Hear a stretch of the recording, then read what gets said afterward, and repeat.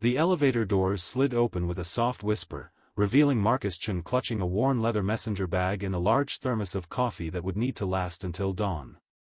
His reflection caught in the polished steel doors showed a man who carried himself with quiet dignity despite the janitorial uniform that hung slightly loose on his lean frame. The corporate lobby of Morrison Industries stretched before him like a cathedral of marble and glass, every surface gleaming under carefully positioned lights that cost more than most people made in a month. Marcus had been walking these halls for 8 months now, arriving each evening at 10 and leaving each morning at 6, invisible to the executives who occasionally worked late and stepped around him as if he were part of the building's fixtures. Tonight felt different somehow, though he couldn't quite place why. Perhaps it was the way his 80-year-old daughter Lily had hugged him extra tight before he left, her small arms wrapped around his waist as she whispered that she loved him in that serious way children have when they sense their parent needs to hear it most. The security guard, Rodriguez, looked up from his crossword puzzle and nodded. He was one of the few people in the building who actually saw Marcus as human, who remembered his name and asked about Lily's school projects and soccer games. Rodriguez understood what it meant to work nights to provide for family, to sacrifice your own comfort for someone smaller who depended on you completely. "Marcus," Rodriguez said, raising his coffee cup in greeting. "How's our girl doing with that science fair project?" "She's building a volcano," Marcus replied, his face lighting up with the first genuine smile of the day. "Spent 2 hours tonight painting it to look like Mount Vesuvius. She's determined to make it the most realistic one in 3rd grade. Rodriguez chuckled, shaking his head. "That kid's going places. Just like her old man." Marcus felt the familiar tightness in his chest that came whenever someone suggested he was going anywhere at all. There had been a time when people said such things about his career, when colleagues spoke of his innovative approaches to child psychology and his natural gift for reaching troubled children. Dr. Marcus Chen had been someone who mattered, whose work changed lives and whose expertise was sought after by school districts and family courts across the state. But that was before Sarah's diagnosis, before the months of treatments and hospital stays, before the crushing medical bills that even good insurance couldn't cover. That was before he realized that all his knowledge about helping other people's children meant nothing if he couldn't be present for his own daughter when she needed him most.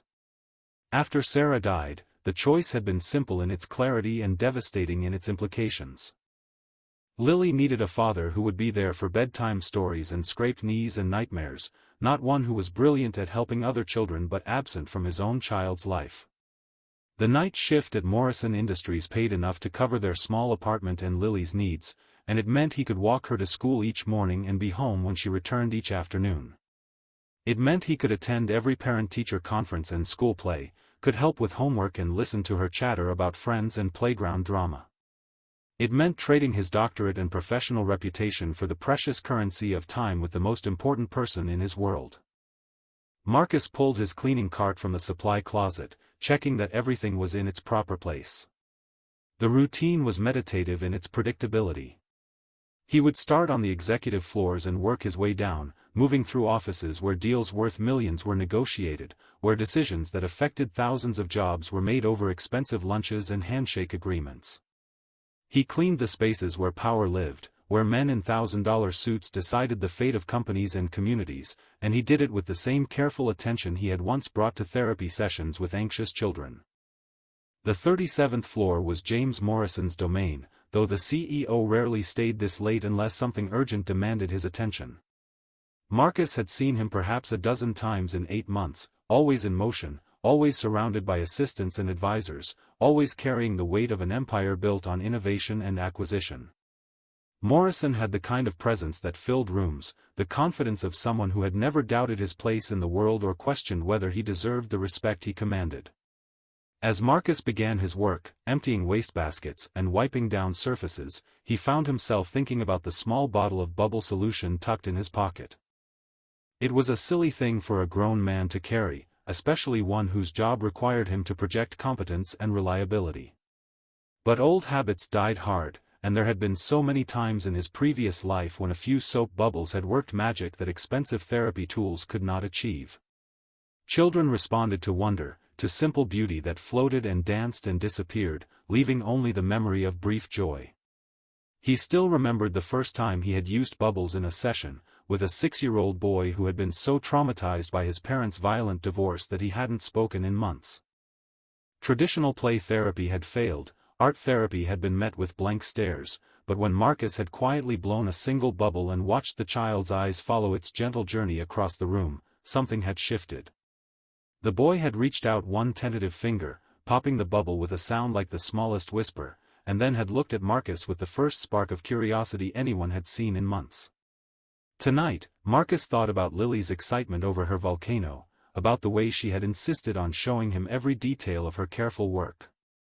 She had his eyes, dark and serious, but Sarah's smile, quick and bright and capable of transforming her entire face.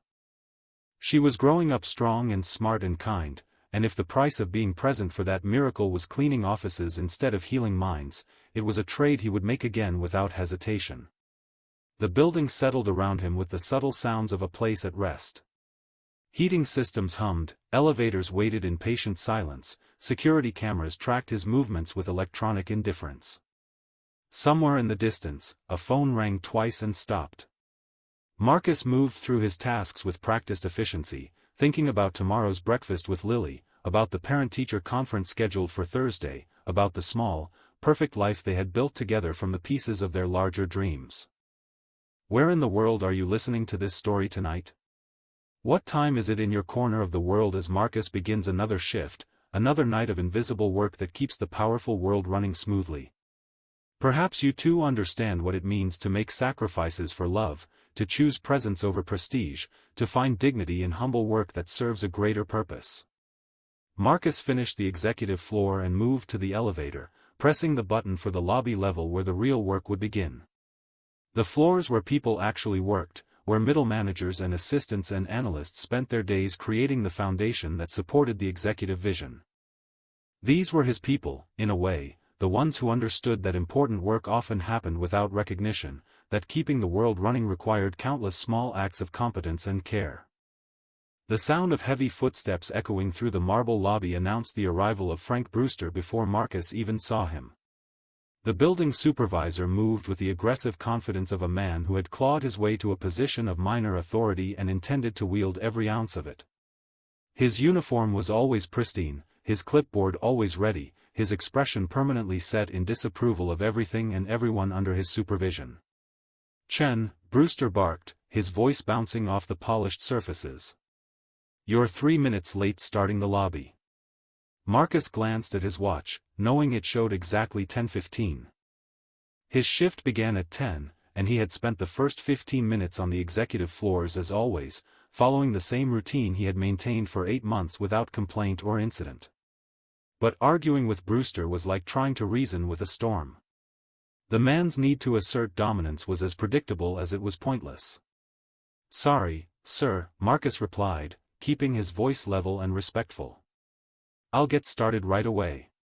Brewster stepped closer, and Marcus could smell the coffee and cigarettes on his breath. The supervisor was shorter than Marcus but carried himself as if he towered over everyone around him. His eyes were small and sharp, constantly searching for mistakes to document, infractions to report, reasons to remind people that he held their employment in his hands. "Sorry doesn't clean floors, Chen. Sorry doesn't impress the executives who walk through here every morning expecting perfection. You think this is some charity operation? You think we keep people around here out of the goodness of our hearts?" Marcus began pulling his supplies from the cart, arranging them with the same methodical care he had once used to prepare therapy materials. The irony wasn't lost on him that he was being lectured about professionalism by a man who seemed to take genuine pleasure in humiliating the people who worked under him. In his previous life, Marcus had encountered administrators like Brewster, small-minded bureaucrats who confused cruelty with leadership and mistook fear for respect. The lobby of Morrison Industries was a testament to wealth and power, from the imported marble floors to the custom-designed light fixtures that cast geometric patterns across the walls. Oil paintings in heavy frames depicted the company's history, showing James Morrison's grandfather breaking ground on the first facility, his father shaking hands with foreign dignitaries, and James himself accepting awards for innovation and community service. It was a shrine to success, a carefully curated display of what money and vision could accomplish.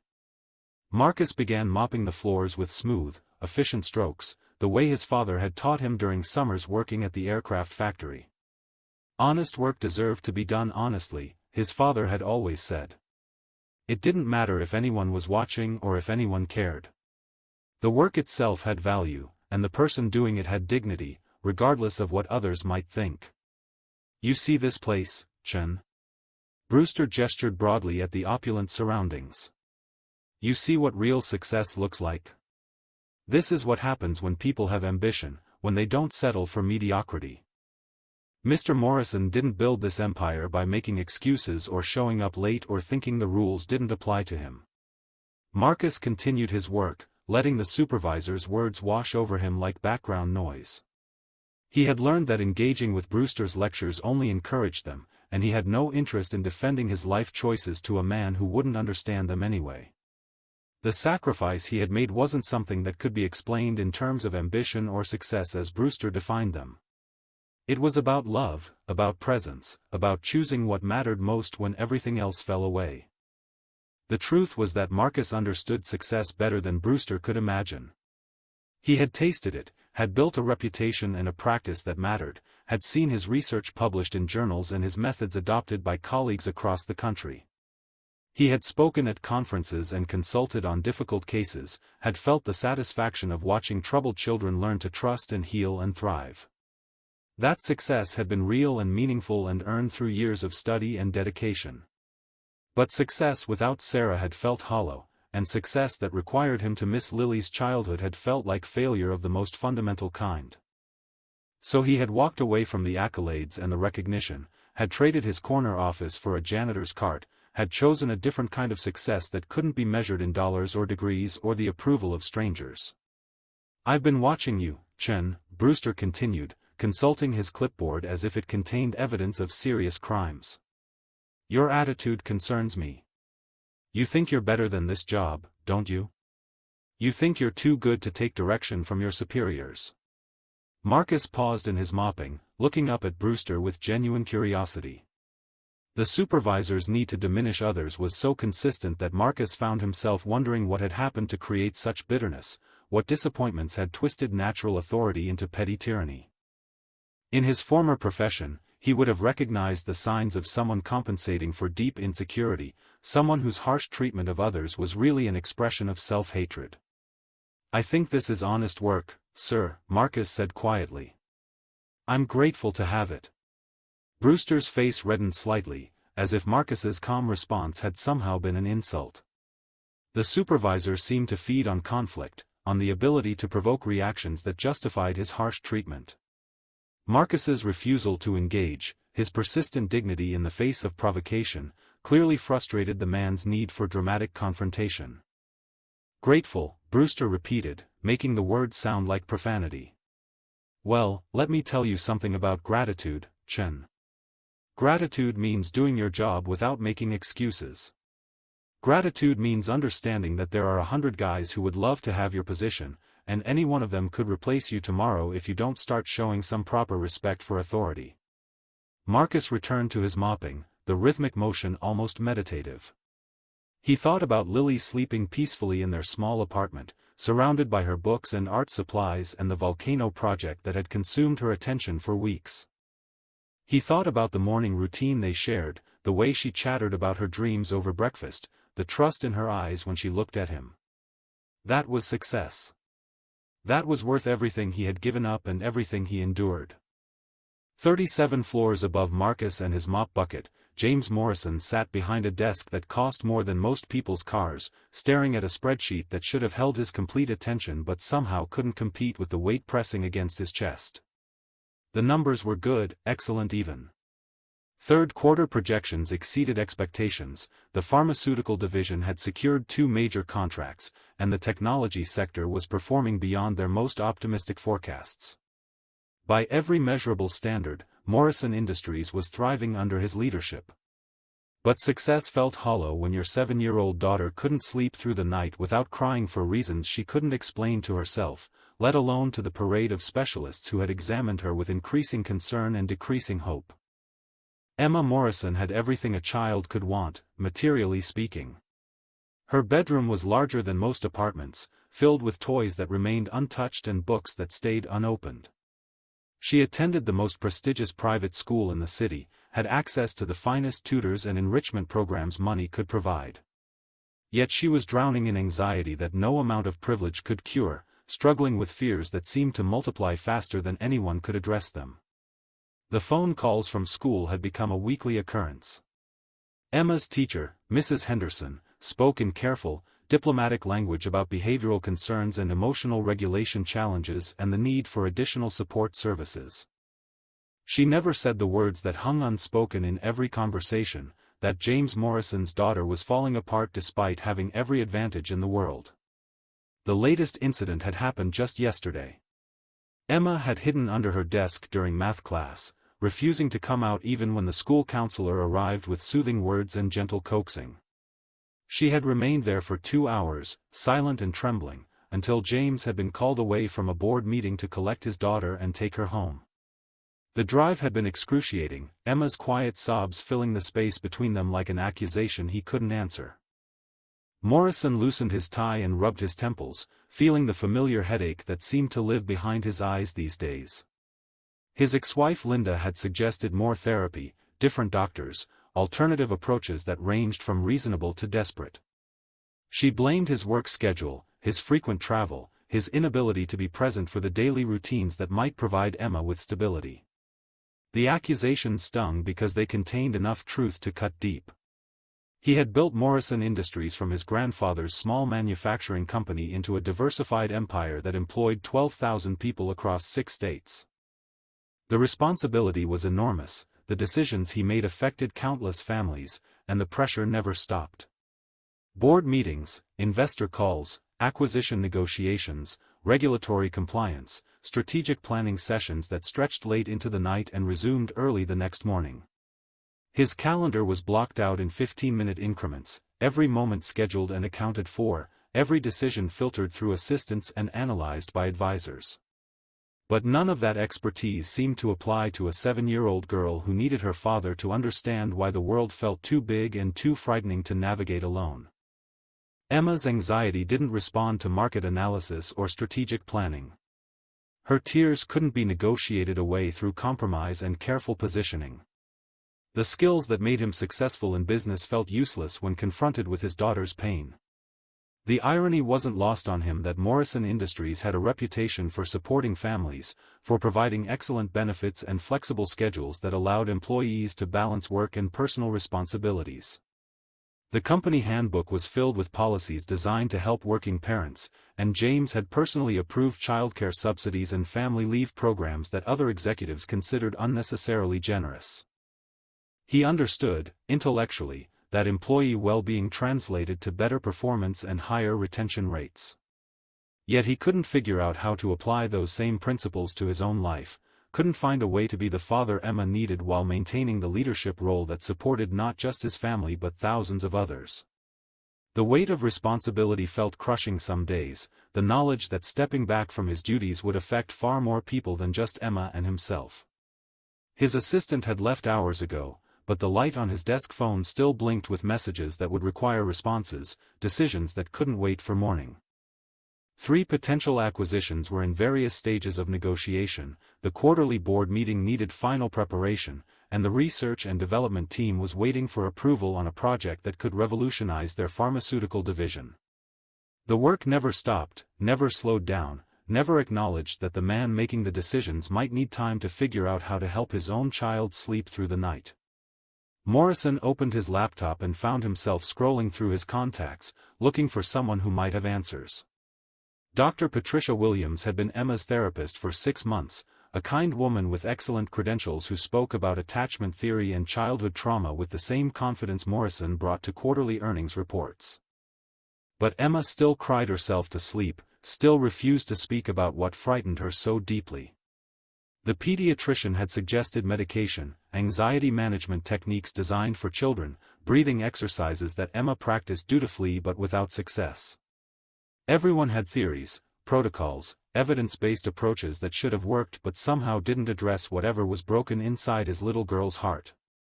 Morrison stood and walked to the window, looking down at the city lights that stretched to the horizon like a circuit board of human ambition and need. Somewhere down there, thousands of parents were dealing with their own challenges, their own attempts to balance professional obligations with personal devotion. Most of them probably managed better than he did, probably found ways to be present and successful without feeling like they were failing at both. His phone buzzed with a text from Linda. "Emma asking for you. Can you call?" Morrison glanced at his watch and saw it was nearly 11 o'clock. Emma should have been asleep hours ago, but anxiety didn't respect bedtime schedules or school night routines. He grabbed his jacket and headed for the elevator, knowing that no acquisition or board meeting was more important than a 7-year-old girl who needed to hear her father's voice in the darkness. The emergency call came at 11:30, cutting through the quiet hum of the Morrison Industries building like a blade through silk. Linda Morrison's voice carried the particular strain that only parents recognize, the sound of controlled panic held together by necessity and hope.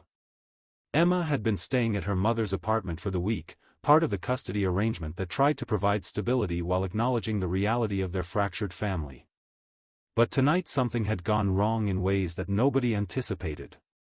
Linda's building had suffered a water main break that flooded the lower floors and knocked out power to half the structure. Emergency crews were evacuating residents while repair teams worked to restore basic services, and Linda faced an impossible choice. Her mother was in the hospital recovering from surgery, her sister lived 3 hours away, and every hotel in the downtown area was booked solid due to a medical convention. "James, I know it's late, but I need to bring Emma to your office," Linda said, her words coming fast and clipped. "The building manager says we won't be able to return until tomorrow afternoon at the earliest.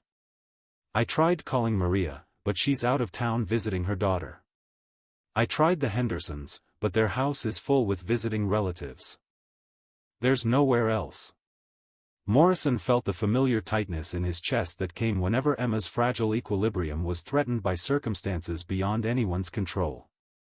His daughter struggled with routine disruptions under the best conditions, and an emergency evacuation in the middle of the night would trigger every anxiety she had spent months trying to manage. The office building wasn't designed for children, especially not anxious 7-year-olds who needed familiar surroundings and predictable schedules. "Of course, bring her here," Morrison said without hesitation. "I'll have security expecting you. We can set up the conference room with some blankets, make it comfortable for her." But even as he made the offer, James knew that comfort would be relative. Emma needed more than blankets and a temporary sleeping space. She needed routine and security and the kind of reassurance that corporate environments simply couldn't provide. His office might as well have been a museum for all the warmth it offered a frightened child in the middle of an overwhelming night. 20 minutes later, the elevator doors opened to reveal Linda clutching a hastily packed overnight bag while Emma pressed against her mother's side like she was trying to disappear entirely. The little girl wore pink pajamas decorated with unicorns, her dark hair tangled from sleep and her eyes wide with the particular alertness that came from being awakened by crisis. She carried a stuffed elephant named Mr. Peanuts, holding him so tightly that her knuckles showed white against brown fur. "Daddy," Emma whispered, and the word carried all the trust and fear and need that could fit into 2 syllables. She reached for him with one arm while maintaining her grip on both her mother and her elephant, trying to hold on to everything safe and familiar in a world that had suddenly become unpredictable. "Hey, sweetheart," Morrison said, scooping her into his arms and feeling how she trembled against his chest. "We're going to make this an adventure, okay? You can sleep in Daddy's office tonight, and in the morning we'll have breakfast together before school." But Emma's breathing was already becoming shallow and rapid, the early signs of the anxiety attacks that had become increasingly frequent over the past few months. Her fingers twisted in Morrison's shirt as she looked around the lobby with its imposing marble and towering ceiling, taking in surroundings that felt more like a cathedral than a place where children belonged. "It's too big," Emma said, her voice barely audible. "Everything is too big and too shiny and there are too many shadows in the corners where bad things could hide."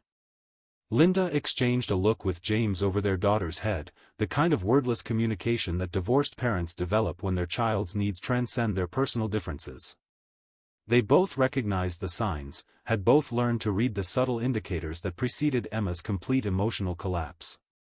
"The building feels different at night, baby," Linda said gently, smoothing Emma's hair with practiced maternal efficiency. "But Daddy's here, and you're safe. Remember what Dr. Williams taught us about breathing? Let's try counting our breaths together." But Emma was already pulling away, her small body rigid with tension that seemed to increase rather than decrease as they tried to comfort her. She slipped from her father's arms and stood in the center of the vast lobby, looking around with the wide-eyed panic of someone who had lost all sense of scale and safety. "I want to go home," she said, and then louder, "I want to go home right now. This place is wrong and scary and I don't like it here." Her voice echoed off the marble surfaces, amplified and distorted until it sounded like the cry of some lost creature trapped in a cave. Emma heard the echo and flinched, moving closer to the wall as if she could make herself small enough to escape notice. Her breathing became more labored, and Morrison recognized the onset of a full panic attack. Linda knelt beside their daughter, speaking in the calm, measured tones that sometimes helped but tonight seemed to have no effect.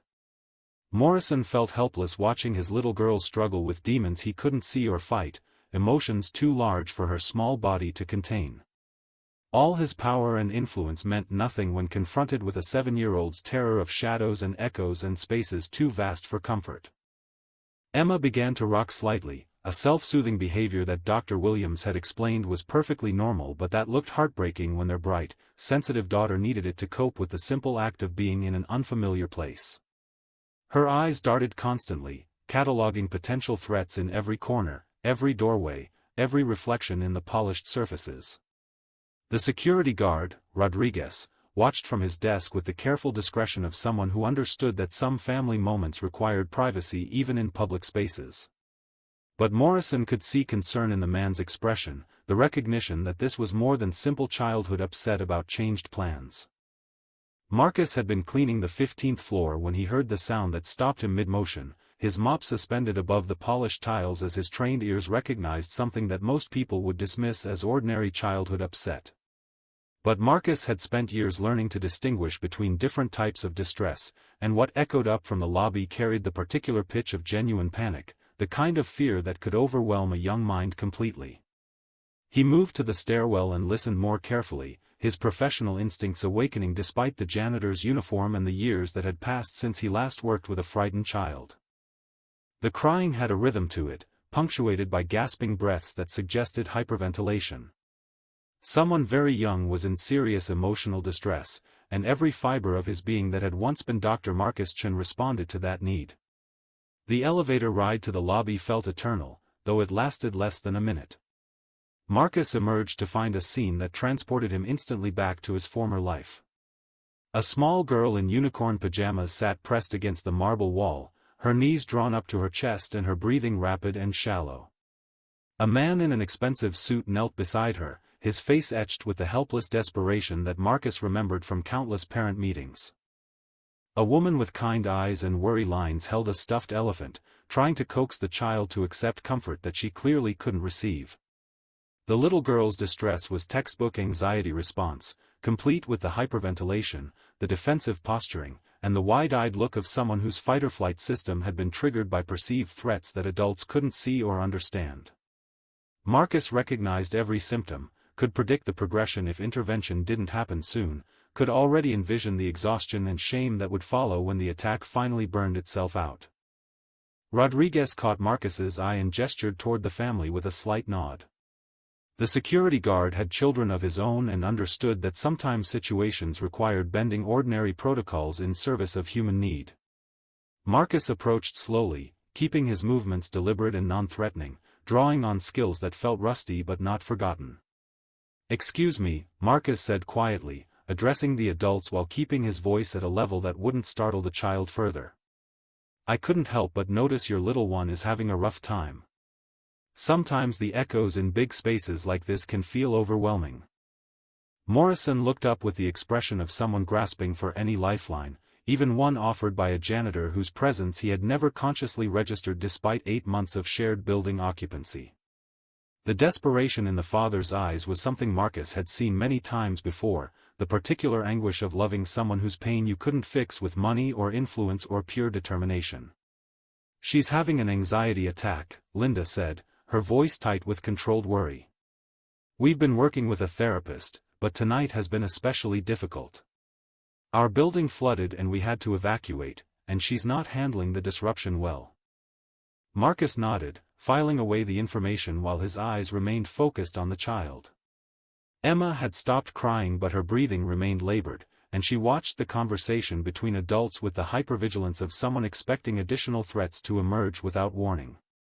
Her fingers twisted in her pajama fabric, a self-regulation attempt that wasn't quite working. "What helps her at home when she gets scared?" Marcus asked, keeping his tone conversational rather than clinical. "Does she have special things that make her feel safe?" "Music sometimes," Morrison said. "Soft lights. Her room has these glow-in-the-dark stars on the ceiling that she likes to count when she can't sleep." Marcus reached slowly into his pocket, his movements telegraphed and careful, pulling out the small bottle of bubble solution that had seemed so foolish when Brewster was lecturing him about professionalism. The iridescent liquid caught the lobby lights, and Emma's eyes tracked the movement with the first spark of curiosity he had seen since arriving. "Hey there," Marcus said, addressing Emma directly but not moving any closer. "I'm Marcus, and I work here at night keeping everything clean and tidy. I was wondering if you might like to see something kind of magical." Emma didn't respond verbally, but her breathing slowed slightly and her grip on her knees loosened just enough to suggest that whatever came next might be acceptable.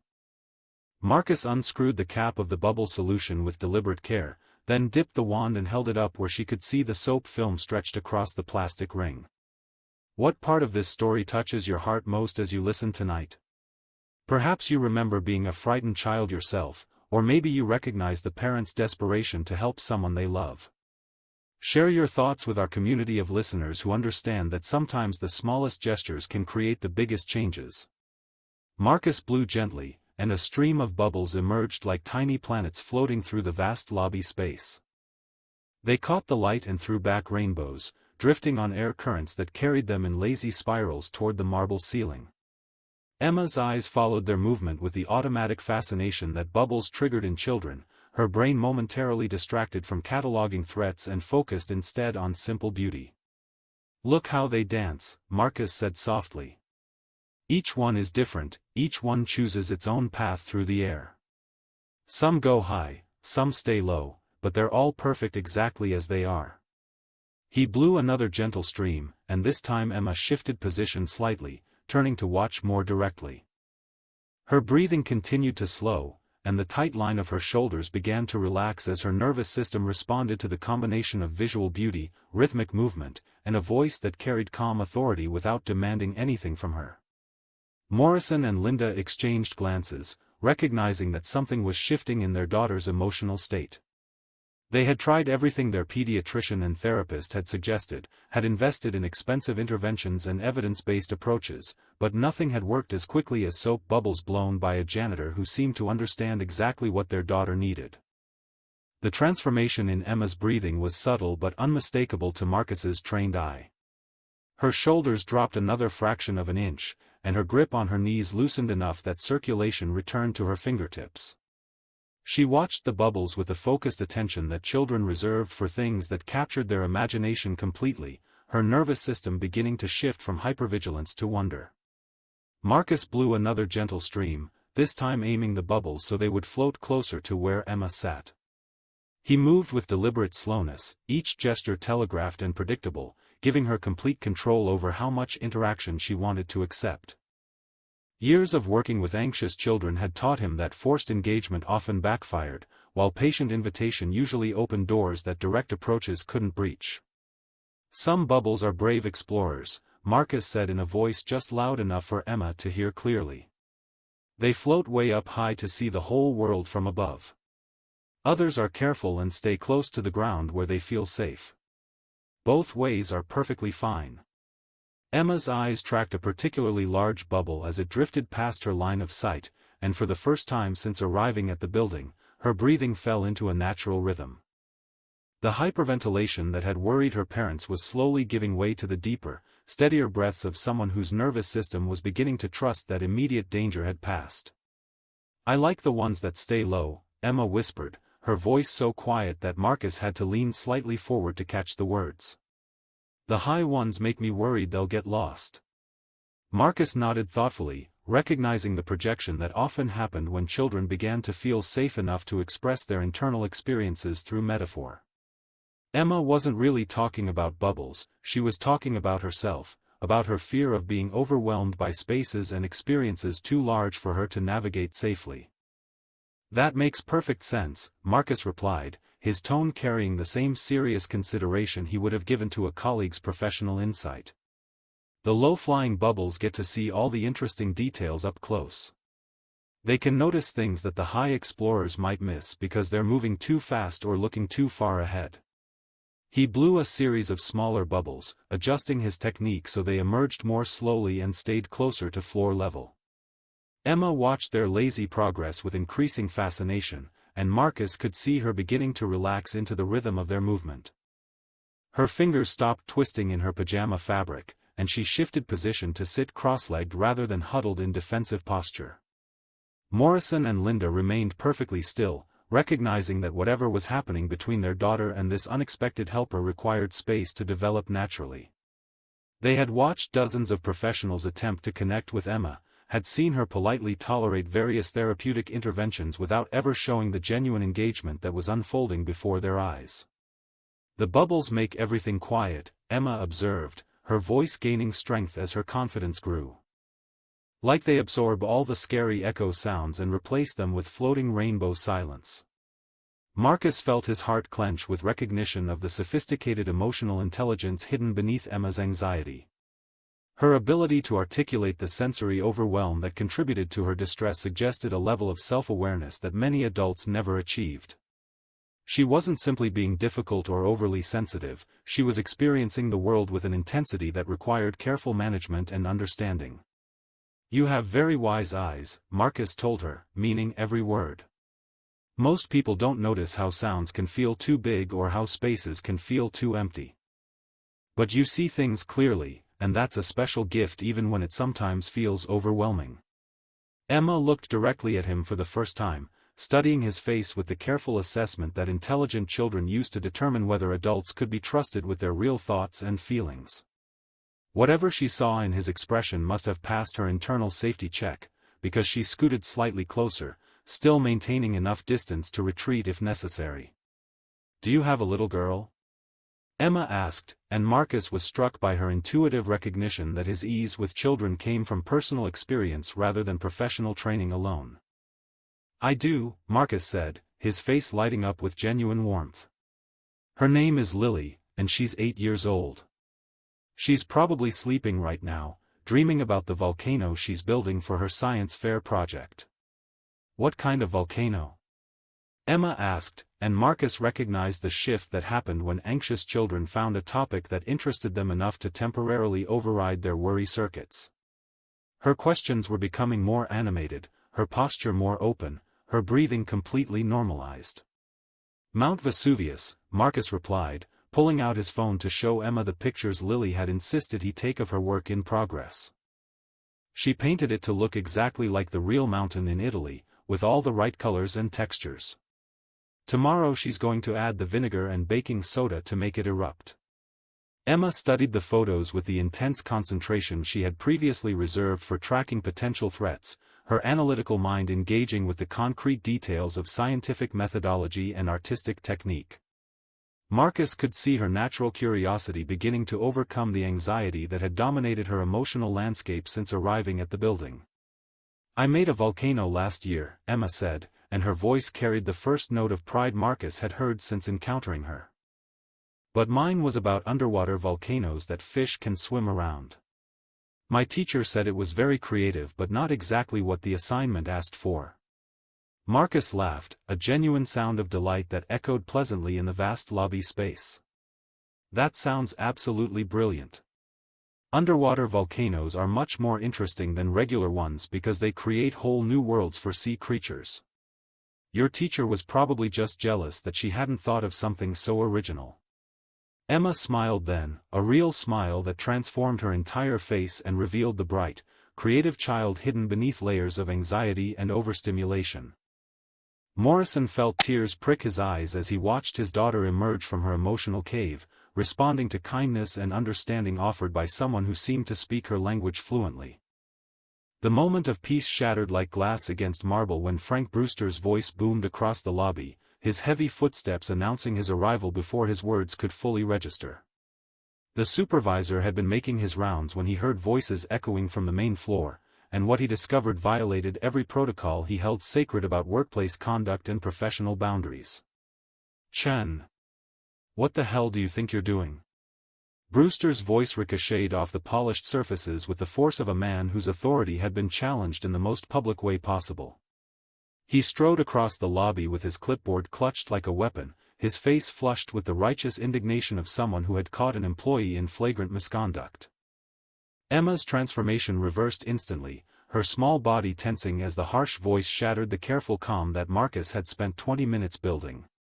She pressed back against the wall, her breathing immediately becoming shallow and rapid as her nervous system interpreted the sudden aggression as confirmation that this environment was indeed dangerous and unpredictable.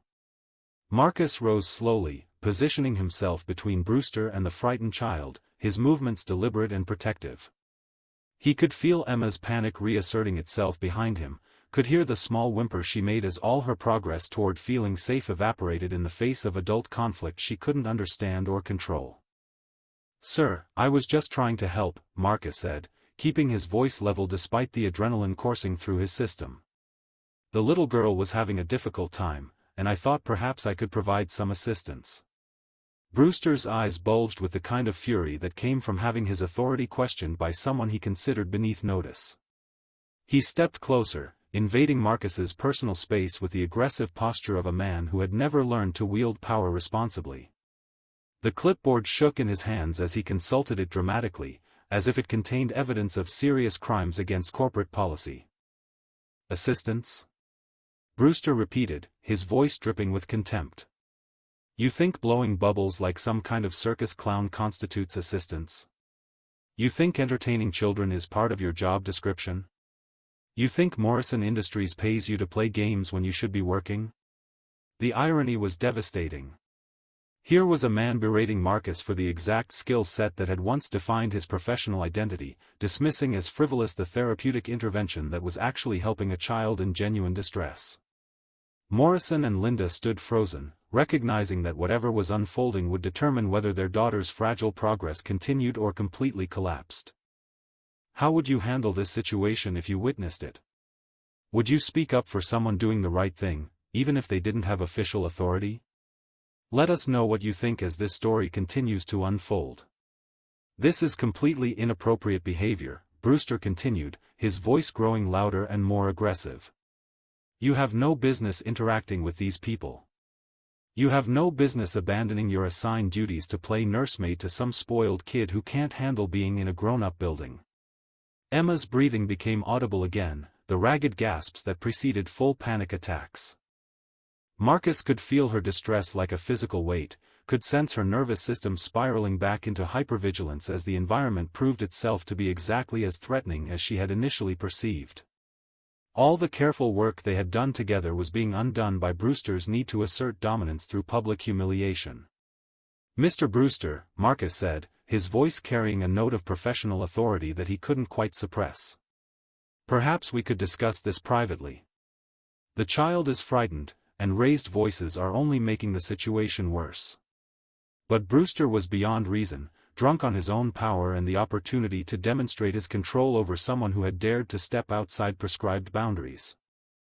He moved closer to Marcus, his finger jabbing the air as he delivered his verdict on behavior that threatened everything he believed about hierarchy and proper subordination. "Don't you dare tell me how to handle discipline in my own building, Chen. Don't you dare lecture me about what's appropriate when you're the one who abandoned your post to play with toys and waste company time. You think because these people are rich and important that gives you permission to kiss up to them instead of doing your actual job?" Morrison felt something shift inside him as he watched the scene unfold, recognizing dynamics that went far beyond simple workplace conflict. The supervisor's treatment of Marcus was cruel and unprofessional, but more than that, it was actively harmful to Emma's well-being. The man was using his authority to terrorize someone who had shown genuine kindness to a child in need. Emma began to rock again, her self-soothing behaviors returning as the adult world proved itself to be exactly as chaotic and threatening as her anxiety had insisted. She covered her ears with her hands, trying to block out the harsh voices that seemed to confirm every fear she had about being in spaces where she didn't belong. "You will return to your assigned duties immediately," Brewster announced, his voice carrying the satisfaction of someone who had successfully reasserted control over a situation that had briefly escaped his management. "You will complete your work without further interruption, and we will discuss your future employment status first thing tomorrow morning." The threat hung in the air like a blade, sharp and unmistakable. Marcus felt the weight of it not just for himself but for Lily, for the apartment they shared and the simple life they had built together. Losing this job would mean upheaval for his daughter, would force him to explain why Daddy couldn't keep work because he had tried to help another child in distress. But even as he calculated the potential consequences, Marcus couldn't bring himself to regret the choice he had made. Emma's brief smile, her moment of connection and trust, her emergence from panic into curiosity and engagement, these things mattered more than Brewster's wounded pride or corporate protocols that prioritized appearances over human compassion. "Sir," Marcus said quietly, "I understand your concerns about workplace conduct. But the child was in genuine distress, and sometimes human need takes precedence over policy." Brewster's face turned an alarming shade of red as he realized that Marcus was not backing down, was not accepting the humiliation that was supposed to restore proper order to the situation. The supervisor had expected immediate capitulation, groveling apology and desperate promises to never again step outside prescribed boundaries. James Morrison had built an empire by recognizing when situations required decisive intervention, and the scene unfolding before him triggered every leadership instinct he had developed over 2 decades of high-stakes decision-making. He watched his daughter's carefully rebuilt sense of safety crumble under Brewster's verbal assault, saw her retreat back into the defensive posture that had become heartbreakingly familiar over recent months. But more than Emma's regression, Morrison found himself studying the janitor who stood between his daughter and the supervisor's aggression. Marcus had positioned himself protectively without being asked, had maintained his composure despite being publicly berated, and had continued to speak with quiet dignity even when threatened with termination. These were not the actions of someone simply doing his job, these were the responses of someone with deep understanding of child psychology and crisis intervention. The transformation Morrison had witnessed in Emma during the past 20 minutes defied everything he thought he knew about his daughter's anxiety. She had gone from hyperventilating panic to genuine engagement faster than he had ever seen, responding to techniques that seemed both simple and sophisticated in their application. The janitor had accomplished in minutes what months of expensive therapy had failed to achieve. Brewster's voice continued to escalate, his face growing redder as Marcus refused to properly submit to the public humiliation that was supposed to restore proper hierarchy to the situation. The supervisor seemed to feed on conflict, to require Marcus's complete capitulation before his sense of authority could be satisfied. His clipboard shook in his hands as he prepared to deliver what was clearly intended as a final, devastating blow to someone who had dared to step outside prescribed boundaries. "I should fire you right now," Brewster announced, his voice carrying the satisfaction of someone who believed he held absolute power over another person's livelihood. "Nobody asked for your amateur psychology hour, Chen. Nobody needs some dropout janitor playing therapist with important people's children." The words hit Morrison like a physical blow, not because they were directed at him, but because they revealed the depth of Brewster's ignorance about what had actually transpired. The supervisor had witnessed skilled intervention and interpreted it as insubordination, had seen compassionate expertise and labeled it as presumptuous overreach. More damaging still, his continued aggression was actively traumatizing Emma, undoing all the progress she had made. Morrison felt the familiar surge of protective fury that came whenever his daughter was threatened, but this time it was accompanied by something else, a recognition that justice required more than simply ending Brewster's tirade. Marcus had risked his employment to help a child in distress, had demonstrated skills that suggested training and experience far beyond his current position, and was now being punished for exactly the kind of initiative and compassion that Morrison tried to cultivate in his own organization. "Enough," Morrison said, his voice cutting across Brewster's continued berating with the authority of someone accustomed to being heard immediately. The single word carried decades of leadership experience, the unmistakable tone of ultimate authority being exercised without discussion or negotiation. Brewster's mouth hung open mid-sentence as he registered who had spoken, his brain struggling to process the fact that James Morrison himself was present and had just contradicted his handling of employee discipline. The supervisor's face cycled through confusion, recognition, and mounting panic as he realized that his public display of authority had been witnessed by the one person in the building whose opinion could end his career. "Mr. Morrison, sir," Brewster stammered, his aggressive posture deflating like a punctured balloon. "I was just handling a situation with one of the maintenance staff who abandoned his duties to engage inappropriately with your family." Morrison stepped forward, positioning himself so that his presence shielded both Marcus and Emma from further confrontation. His expression was controlled but unmistakably dangerous, the look of someone whose patience had been exhausted by witnessing unnecessary cruelty. Every executive instinct he possessed was focused on protecting his daughter while also recognizing extraordinary competence wherever it appeared.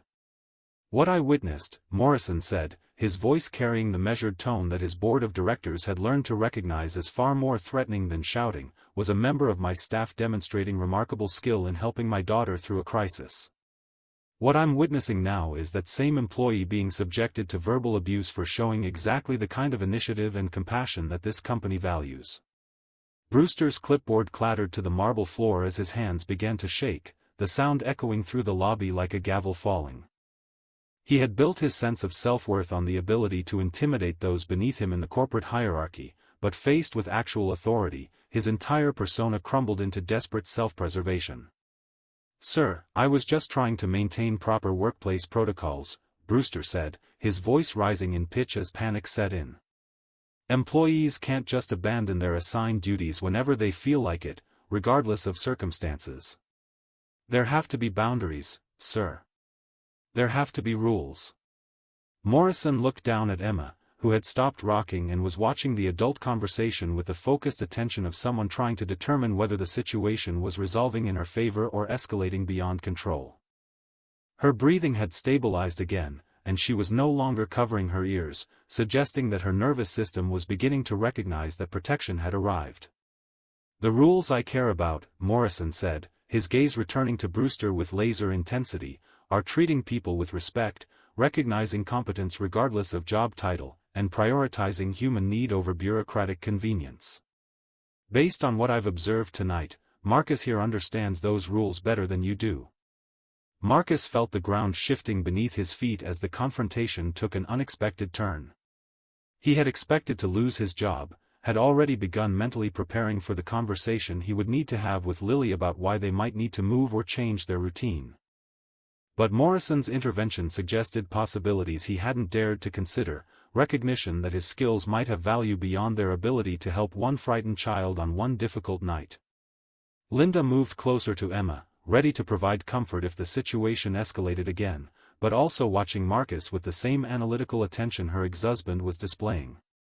She had seen their daughter respond to countless professionals over the past year, and none of them had achieved the kind of breakthrough she had witnessed tonight. Whatever training or experience Marcus possessed, it was clearly far more sophisticated than his current position suggested. Emma tugged at her father's sleeve with the gentle insistence that children use when they have something important to say but adults are too busy with grown-up problems to notice. Morrison looked down at his daughter, recognizing the particular expression she wore when she wanted to share something that mattered to her, something that required his complete attention rather than the distracted acknowledgement he sometimes offered during busy moments. "Daddy," Emma said, her voice carrying the clear certainty that children possess when they know something adults have missed. "The bubble man isn't just a cleaning person. He knows the special words that make the scared feelings go away." Morrison knelt to Emma's eye level, giving her the focused attention that her tone demanded. In the aftermath of Brewster's verbal assault and his own protective intervention, he had been operating in crisis management mode, but Emma's observation suggested that there were layers to this situation that required more careful consideration. What special words, sweetheart? Morrison asked, genuinely curious about his daughter's perspective on what had transpired during those crucial 20 minutes before the confrontation began. Emma looked over at Marcus with the serious consideration that intelligent children brought to important subjects, then back at her father with the patient expression of someone explaining something obvious to someone who should already understand it but somehow doesn't.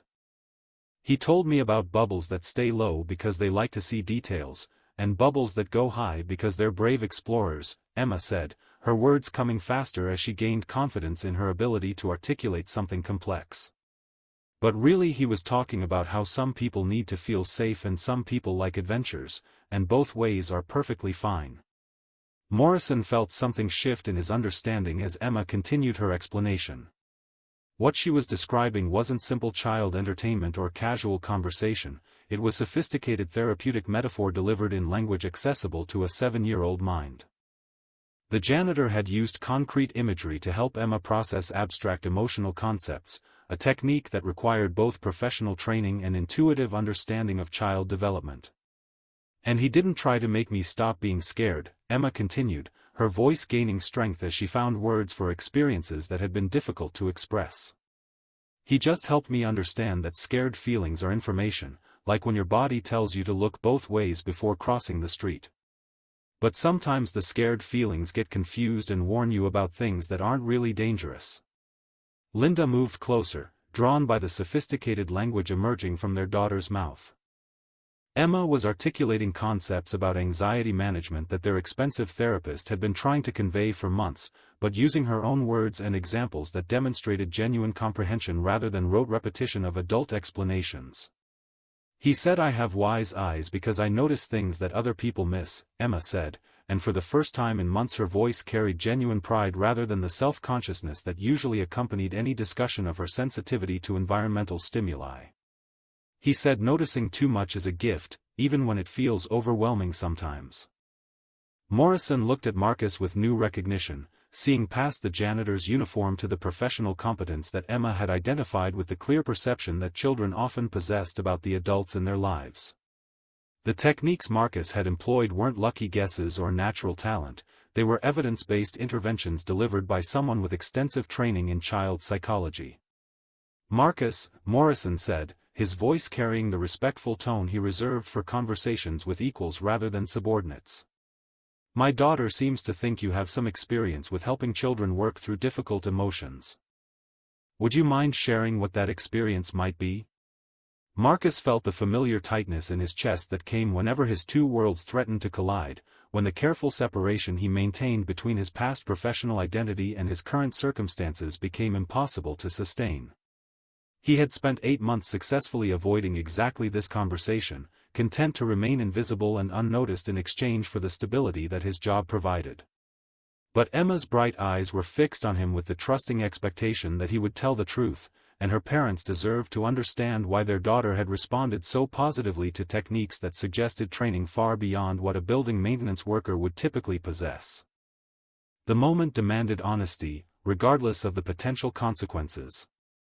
"I used to be a child psychologist," Marcus said quietly, the words feeling strange after months of silence about his former life. "I had a practice specializing in anxiety disorders and trauma recovery in children. I left the field 3 years ago when my wife died, because I needed to be present for my own daughter in ways that private practice wouldn't allow."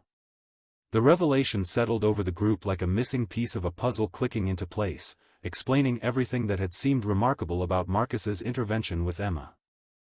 Morrison felt a complex mixture of recognition and regret, understanding that he had been employing someone whose expertise could have been invaluable to families struggling with exactly the challenges his own family faced. "You gave up your practice to take care of your daughter," Linda said, and her voice carried the particular understanding that only parents possessed about the sacrifices that love sometimes required.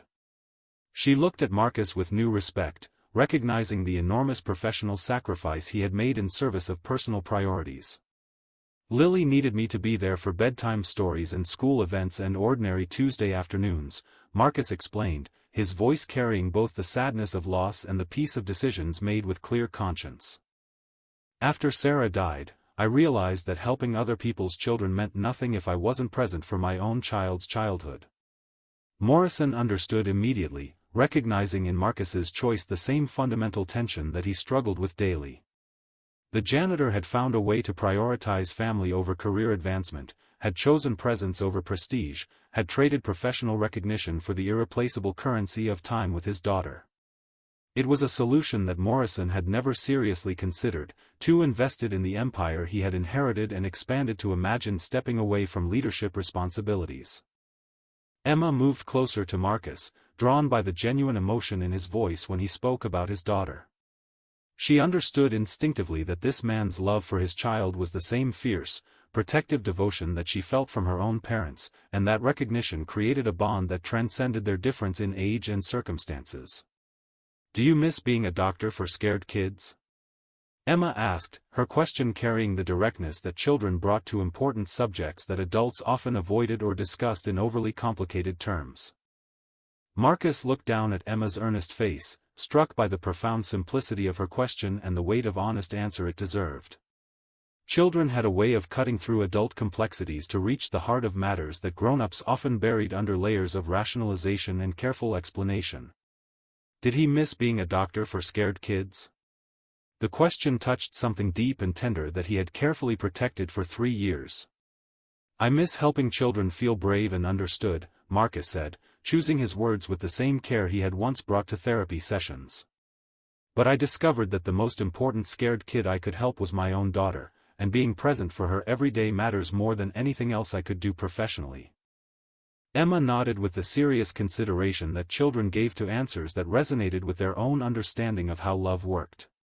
She had felt the protective devotion in her father's presence tonight, had recognized the same quality in Marcus's gentle intervention, and understood instinctively that some kinds of work were more important than others. Morrison felt something shifting in his perspective as he watched the interaction between Marcus and Emma, seeing his daughter's continued calm engagement with someone who had demonstrated remarkable professional competence despite working in a role that utilized none of his actual skills. The irony was devastating and illuminating simultaneously. Here was a man whose expertise could revolutionize how Morrison Industries approached employee family services, working as a janitor because the corporate world didn't offer the flexibility that single parenthood required. If this story is touching your heart tonight, let us know where you're listening from around the world. Perhaps you're a parent yourself, understanding the impossible choices that love sometimes demands, or maybe you recognize the hidden talents that exist in people society overlooks. "Marcus," Morrison said, his voice carrying the thoughtful tone that preceded major business decisions. "What would it look like if there was a way for you to use your professional skills while still maintaining the schedule flexibility that Lily needs? What if we could create something that honored both your expertise and your priorities as a father?" The question hung in the air like a bridge between two worlds that Marcus had believed were permanently separated. He had accepted that choosing Lily meant abandoning his career, that being present for her childhood required sacrificing the professional identity that had once defined him. The possibility that Morrison was suggesting seemed too complex and too good to be true. "I'm not sure I understand what you're proposing," Marcus said carefully, his experience with hope and disappointment making him cautious about interpreting Morrison's words as more generous than they might actually be. Morrison looked at Emma, who was listening to the adult conversation with the focused attention that children brought to discussions that might affect their world in significant ways. His daughter's transformation tonight had been more dramatic than anything achieved through months of conventional therapy, and it had been accomplished by someone whose current employment situation was completely inappropriate to his actual capabilities. "Morrison Industries has 12,000 employees across 6 states, Morrison said, his voice gaining strength as the vision crystallized in his mind. "Many of them are parents dealing with children who struggle with anxiety, trauma, learning differences, family disruptions. We provide excellent medical benefits, but we've never had comprehensive family psychological services." Linda moved closer, recognizing the particular tone that James used when he was thinking through complex problems and arriving at solutions that others might not immediately see. She had watched him build the company through exactly this kind of innovative thinking, identifying needs that existed but weren't being met, then creating systems that served both business objectives and human welfare. "You're talking about developing an entirely new department," Linda said, understanding immediately where Morrison's thoughts were leading. Family support services that would help employees navigate the psychological challenges that affect workplace performance and personal satisfaction. Marcus felt his heart rate increase as the scope of what they were discussing became clear. They weren't just talking about finding him a different job within the company, they were envisioning a role that would utilize his professional expertise while serving families who faced exactly the challenges he understood from both personal and professional perspectives. The schedule would need to be flexible, Morrison continued, working through the practical details with the systematic approach that had made him successful in business. School hours when possible, some evening availability for families who need after-work support, but nothing that would interfere with your responsibilities to Lily. Emma looked up at her father with an expression of dawning excitement, understanding that the man who had helped her feel safe might become a permanent part of their world in some way. The possibility that other children might benefit from Marcus's gentle wisdom filled her with the satisfaction that came from knowing that something good would grow from her difficult night. "What about the other scared kids?" Emma asked, her question revealing the generous heart that her anxiety sometimes overshadowed. Could the Bubble Man help them learn about brave explorers and safe watchers too? Marcus felt tears prick his eyes as Emma's question captured the essence of what had always motivated his work. The opportunity to help children understand their emotions, to provide tools for managing overwhelming feelings, to offer hope to families who felt lost in the complexity of childhood psychological challenges, this was what had originally drawn him to the field. But more than the professional opportunity, Morrison's proposal offered something that Marcus had thought was impossible, the chance to serve his expertise without sacrificing his presence in Lily's life. The flexibility to attend school events and help with homework and be available for the ordinary moments that childhood consisted of, while also returning to work that utilized his training and experience. There would be challenges to work through, Morrison said, acknowledging the complexity of creating an entirely new department while meeting the practical needs that had driven Marcus's original career change. Funding, staffing, developing protocols that serve families effectively while meeting corporate requirements. But if you're interested in exploring the possibility, I think we could create something remarkable. Marcus looked around the marble lobby where this conversation was taking place, struck by the surreal nature of discussing career opportunities at midnight with a billionaire CEO whose daughter he had helped through a panic attack using soap bubbles and techniques he hadn't employed professionally in 3 years. The evening had begun with routine maintenance tasks and was ending with the possibility of rebuilding his professional life in ways that honored both his expertise and his love for Lily. The transformation of the lobby atmosphere was palpable as Morrison's vision took shape, but Frank Brewster remained frozen in place like a man watching his entire worldview crumble in real time. The supervisor's face had cycled through confusion, panic, and now settling into the gray pallor of someone realizing that his public humiliation of Marcus had been witnessed not just by the CEO, but had actually catalyzed a conversation that would elevate the janitor far beyond anything Brewster could have imagined. "Mr. Morrison, sir," Brewster stammered, his voice carrying the desperate edge of someone trying to salvage a situation that had spiraled completely beyond his control. "I think there may be some misunderstanding about what happened here tonight. I was simply trying to maintain proper workplace standards and ensure that employees remain focused on their assigned responsibilities." Morrison's attention turned to Brewster with the cold focus that the supervisor had probably hoped never to experience personally. The CEO's expression carried none of the warmth he had shown when speaking with Marcus and Emma, instead reflecting the calculated assessment of someone determining exactly how to handle a problematic employee who had revealed himself to be fundamentally unsuited for any position requiring human judgment. "What I witnessed," Morrison said, his voice carrying the measured tone that preceded executive decisions of significant consequence, "was a member of my staff using remarkable professional expertise to help my daughter through a crisis, followed by that same employee being subjected to verbal abuse and threatened with termination for demonstrating exactly the kind of initiative and compassion that this company values most highly." Brewster's clipboard, still lying on the marble floor where he had dropped it, seemed to symbolize the collapse of his authority and the rigid protocols he had used to terrorize people who couldn't defend themselves against his petty tyranny. He bent to retrieve it with shaking hands, as if possessing it again might restore some semblance of his former power. "Sir, I was just following established procedures," Brewster said, his voice rising in pitch as desperation set in. Employees can't just abandon their duties whenever they feel like it, regardless of circumstances. There have to be boundaries, sir. There have to be rules that everyone follows. Emma, who had been following the adult conversation with the keen attention that children brought to discussions that affected people they cared about, stepped closer to Marcus with the protective instinct that arose when someone she trusted was being threatened. Her small hand slipped into his, offering the same kind of comfort he had provided to her earlier. "The bubble man was helping me," Emma said, her voice carrying the clear conviction that children possessed when they knew something adults were getting wrong. "He wasn't being bad, he was being kind. Mean people who yell at kind people are the ones who should get in trouble." Morrison felt a surge of pride at his daughter's moral clarity, her ability to identify the fundamental issue that Brewster's bureaucratic justifications couldn't obscure. Emma had cut through all the workplace politics and corporate hierarchy to identify the simple truth that kindness deserved protection rather than punishment. "Out of the mouths of babes," Linda said softly, recognizing the wisdom in Emma's straightforward assessment of the situation. Their daughter had demonstrated tonight that her sensitivity and intelligence, the same qualities that made her vulnerable to anxiety, also gave her remarkable insight into human character and motivation.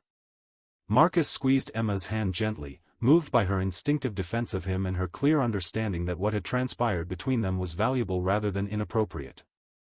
Her support gave him courage to speak more directly than he might have otherwise, to address the situation with the professional confidence he had spent 3 years keeping carefully hidden. "Mr. Brewster," Marcus said, his voice carrying the quiet authority that came from years of dealing with difficult situations and resistant individuals. "I understand your concern about workplace protocols, but effective leadership requires recognizing when human need takes precedence over rigid adherence to policy. What happened tonight was crisis intervention, not insubordination."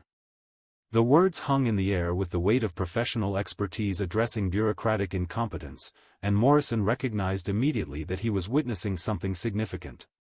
Marcus hadn't just helped Emma through her panic attack, he had done so while maintaining remarkable composure under verbal assault, had continued to speak with dignity and insight even when threatened with job loss.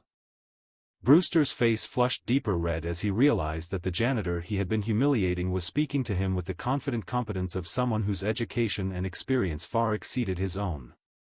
The supervisor had built his identity on his ability to intimidate people he perceived as beneath him, but Marcus's calm professionalism made Brewster's aggressive posturing look petty and small by comparison. "You think you're better than everyone else, don't you, Chen?" Brewster said, his voice carrying the particular venom that came from someone whose insecurities had been exposed publicly. "You think having some fancy degree gives you the right to ignore direct orders and waste company time playing therapist?" Morrison had heard enough. The supervisor's continued aggression in the face of Emma's distress and Marcus's extraordinary competence revealed a level of poor judgment that made him unsuitable for any leadership position within Morrison Industries. More than that, Brewster's treatment of Marcus represented exactly the kind of toxic management culture that Morrison had spent years trying to eliminate from his organization. "Mr. Brewster," Morrison said, his voice carrying the finality that came with decisions that would not be reconsidered or negotiated. "Your employment with Morrison Industries is terminated effective immediately. Security will escort you from the building, and your personal items will be delivered to you within 48 hours. The words landed like a physical blow, Brewster's face going white as the magnitude of his miscalculation became clear. He had thought he was demonstrating strong leadership by publicly disciplining an insubordinate employee, but instead he had revealed himself to be exactly the kind of small-minded bureaucrat that successful organizations couldn't afford to employ. "Sir, you can't," Brewster began, but Morrison's raised hand cut him off before he could mount any defense of his actions. "I can and I have," Morrison said. "Your treatment of Marcus tonight demonstrated a fundamental lack of judgment and basic human decency that makes you unsuitable for any supervisory role. Rodriguez will arrange for your immediate departure." Emma watched the confrontation with wide eyes, understanding that justice was being served but also feeling the weight of how quickly adult lives could change when important people made important decisions.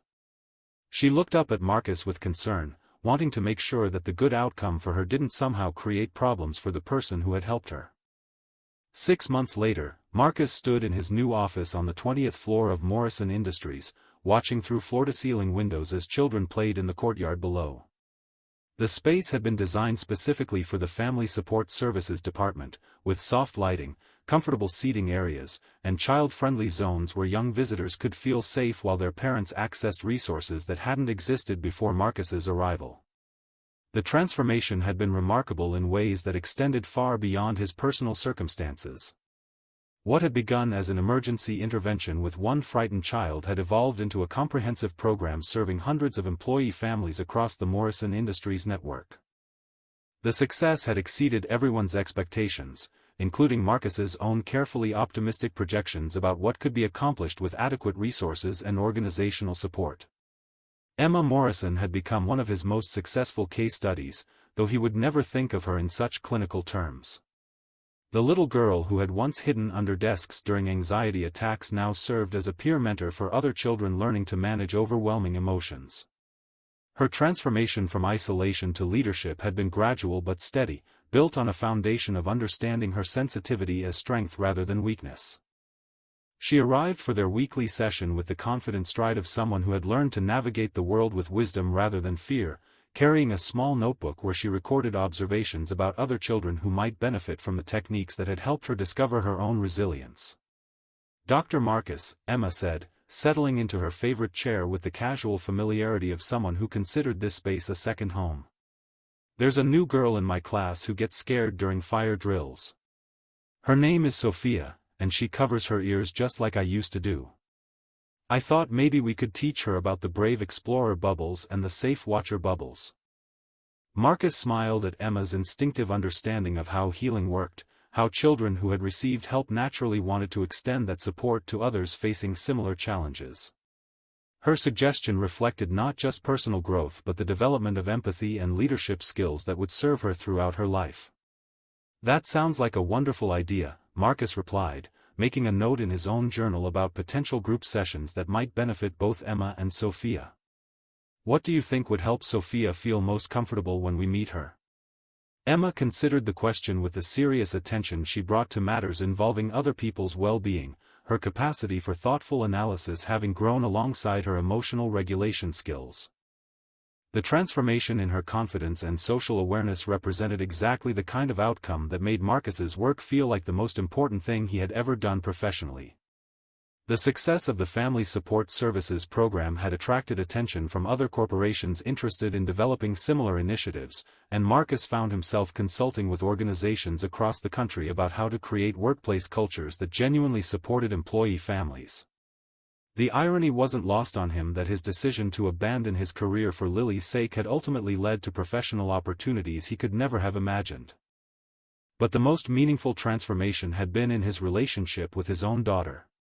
Lily, now 9, had embraced her father's return to professional work with the generous spirit that characterized her approach to most changes.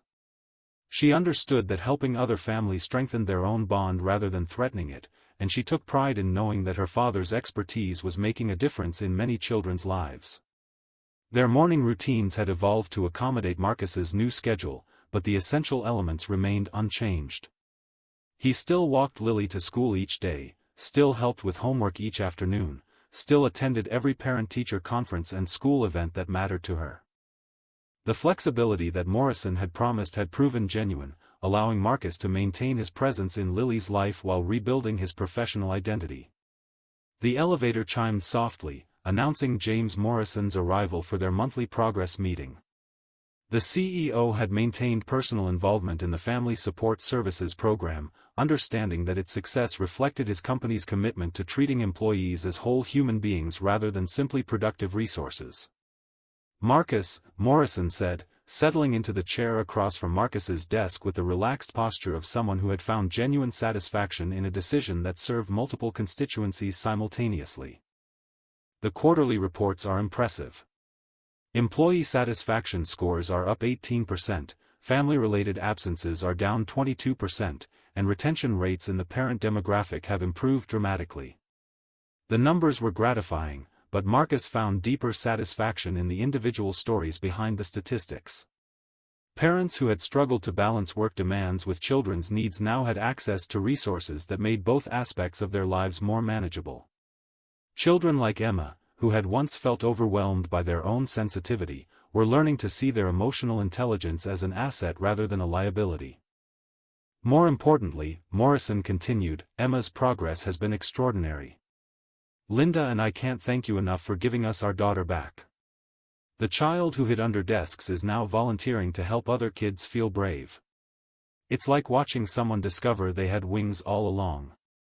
Marcus felt the familiar warmth that came from witnessing healing in action, from seeing children develop tools that would serve them throughout their lives. Emma's transformation had been dramatic but not unusual among the families he now served. When children received the right support at the right time, their capacity for growth often exceeded adult expectations. If this story has touched your heart tonight, please subscribe for more inspiring tales that remind us how hidden gifts can change everything. Let us know in the comments where you're listening from around the world, and share this story with someone who might need to remember that every person carries extraordinary potential waiting for the right moment to shine. The conversation continued as Marcus updated Morrison on program expansions, new initiatives, and the growing demand for services that addressed the complex intersection of workplace culture and family well-being. Their partnership had evolved into genuine friendship, built on shared commitment to creating environments where both professional excellence and personal devotion could flourish simultaneously. As evening approached and Marcus prepared to leave for home, he passed the lobby where everything had changed 6 months earlier. The marble floors still gleamed under carefully positioned lights, but the space felt different now, warmer somehow, marked by the memory of a night when crisis had revealed possibility and kindness had been rewarded rather than punished. He thought about Emma's question earlier, about helping Sophia feel comfortable, and smiled at the recognition that healing was always a collaborative effort. One frightened child reaching out to help another, one parent sharing hard-won wisdom with families just beginning their journey, one moment of authentic connection creating ripples that extended far beyond their original boundaries. Marcus walked through the lobby toward home, toward Lily and dinner and homework and the ordinary magic of being present for someone who needed him most. His reflection in the polished elevator doors showed a man who had found a way to honor both his professional gifts and his personal priorities, who had discovered that sometimes the most unexpected paths led to exactly where you were supposed to be.